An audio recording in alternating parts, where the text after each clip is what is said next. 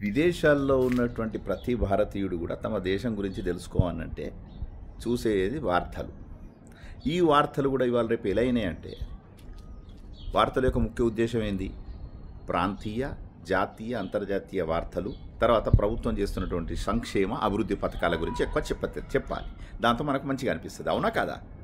ఇప్పుడు ఎలా పాడైంది, వార్తలు ఓపెన్ చేయగానే కథం, అక్రమ సంబంధాలు, భార్యను భర్త చంపేశాడని, లేకపోతే ప్రియుడితో కలిసి భర్తను చంపేసిన భార్య అని, రేవ్ పార్టీలు అని చెప్పేసి, తర్వాత సామూహిక హత్యాచారాలు అని చెప్పేసి, ఈ వ్యక్తిగతమైనటువంటి విషయాలతోటి ఈ వార్తలు నింపడం అవసరమా?